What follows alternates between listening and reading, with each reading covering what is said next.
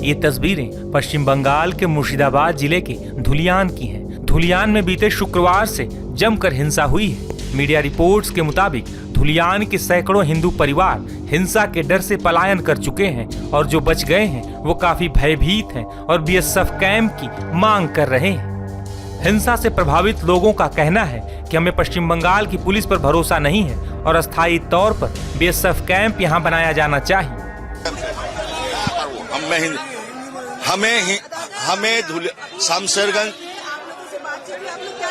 हम लोग यहाँ पे बीएसएफ कैंप चाहते हैं परमानेंट। नहीं स्टेट गवर्नमेंट का जितने भी फोर्स है सब लेडीज है। उनके हाथ में सब चूड़ी पहने हुए हैं। उनके हाथ से पहले जैसे दंगा शुरू होने से पहले एक दिन पहले उनके हाथ से आर्म्स छीन लिया गया। बोला आप लोग आर्म्स जमा कर दो। आर्म्स जमा कर दो क्या करेंगे? आज फ्राइडे को जो हंगामा हुई है उसमें फोर्स कहाँ थी? स्टेट गवर्नमेंट का कहाँ गया था?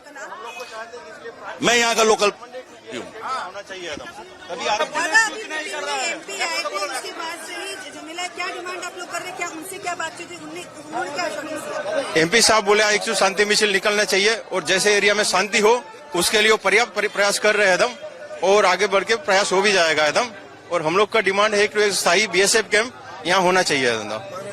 हाँ, पुलिस पूरा सफिशिएंट नहीं हो पा रहा है ना। हाँ, बीएसएफ कैंप से और भी बीएसएफ पुलिस अनसिक्योर रात भर सोते नहीं है आदमी लोग एकदम। वो लोग अभी बोल रहा है कि 2 दिन बीएसएफ यहाँ पर रहेगा तब ठीक है। बीएसएफ जब चला जाता है आप लोग को कौन बचाएगा? ऐसा बात बोल रहा है। हाँ, कि हम लोग का डिमांड है कि बीएसएफ अभी रहे, परमानेंट रहे। अभी हमको यहाँ पर कैंप चाहिए। तो हम लोग अभी अगर बीएसएफ चला जाएगा यहाँ से तो हम लोग को जीना मुश्किल हो जाएगा। यहाँ पर पूरा पाकिस्तान बना दिया है ये जगह को, धुलियान को। शांति मिছিল बना रहा है, यही सब लोग करा रहा है, एक भी गिरफ्तार नहीं किया। वो क्या हुआ, वहाँ जो मुर्शिदाबाद एरिया है और धुलियान टाउन नदी का उस पार ही है। नदी का उस पार ज्यादा से दूर नहीं है। उसमें क्या हुआ, वक़्फ़ जो बिल है उस बिल के विरोधिता कर लिए मुस्लिम लोग इकट्ठा हुआ और विरोधिता तो उसका कोई षड्यंत्र है।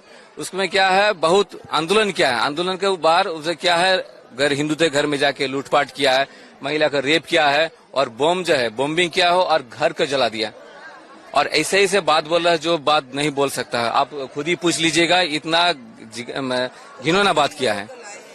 यहाँ 2 दिन पहले से इधर सब ऐसे चल रहा है संतरास। और कल सुबह से आ रहे हैं, कल रात में भी आया, आज सुबह भी आया। कितने फैमिली है यहाँ पर? Total family 220 family. कैसे ला रहे हैं इन लोगों को वहाँ पे? यहाँ जो नाव है, नाव से लेकर आ रहे हैं।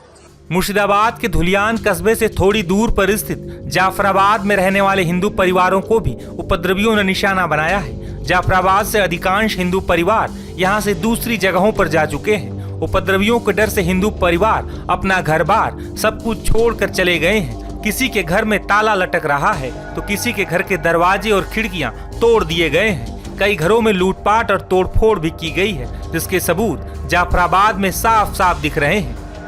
जाफराबाद ही नहीं बल्कि धुलियान से सटे कई इलाकों में जमकर हिंसा हुई है, जिसके सबूत हिंसाग्रस्त इलाकों में साफ साफ देखे जा सकते हैं। मुर्शिदाबाद हिंसा से जुड़ी हर खबर हम आप तक लेकर आए हैं। हमने दिखाया किस तरह से सबसे पहले हिंदू परिवारों को निशाना बनाया गया, उनके घरों पर हमले किए गए, उनकी दुकानों को तोड़ा फोड़ा गया।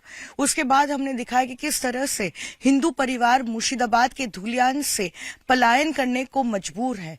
मालदा से वो भी तस्वीर हम आपको लेकर आए जहां पर धुलियान में रहने वाले तमाम जो यहाँ पर हिंदू परिवार है जिन पर हमले हुए थे, वो अपना घर बार छोड़कर जो है एक राहत शिविर में जाने के लिए मजबूर हुए थे मालदा में।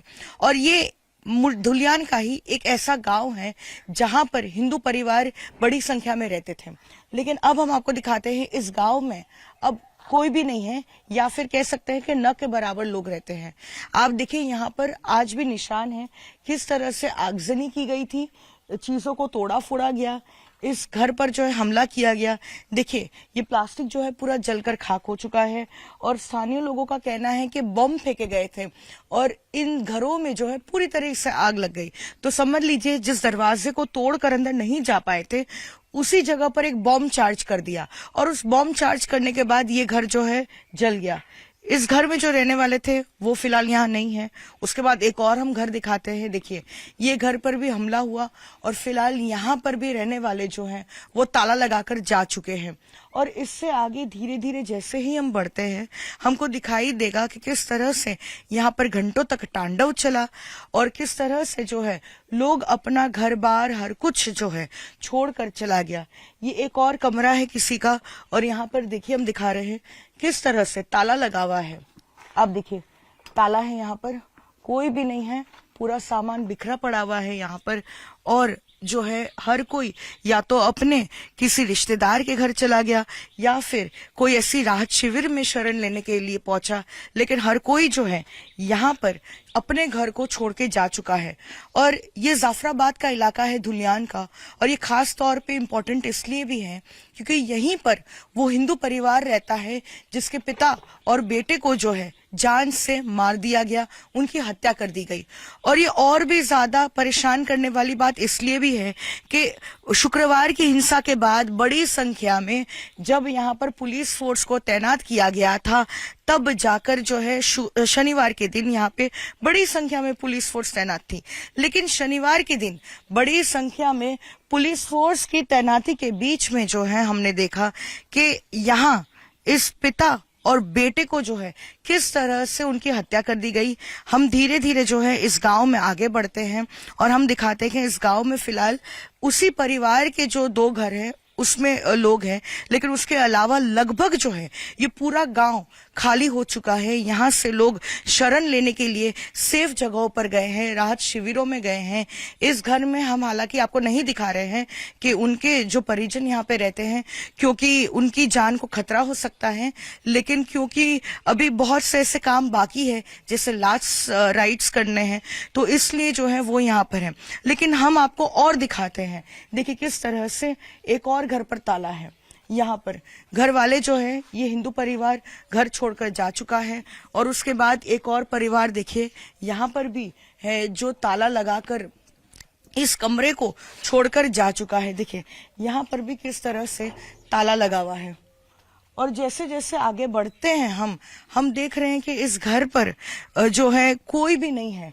लेकिन हम आपको एक तस्वीर और भी दिखाना चाहते हैं कि जैसे जैसे हम इस गांव में बढ़ रहे हैं देख रहे हैं कि चारों तरफ लोग अपने घरों को छोड़कर इस दहशत में जो है वो जा चुके हैं। यहाँ पर भी एक घर है जिस पर ताला लगा हुआ है।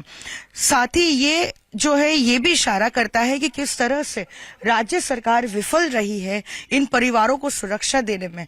आप देखिए अभी भी निशान है किस तरह से यहाँ पर बॉम्ब्स चार्ज किए गए, यहाँ पर जो है कई चीजों को जो है यहाँ पर जलाया गया।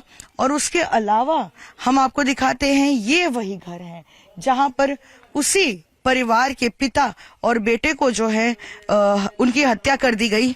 और आपको बताते हैं कि इस घर की हम तस्वीरें दिखा रहे हैं कि क्या परिस्थिति है अभी।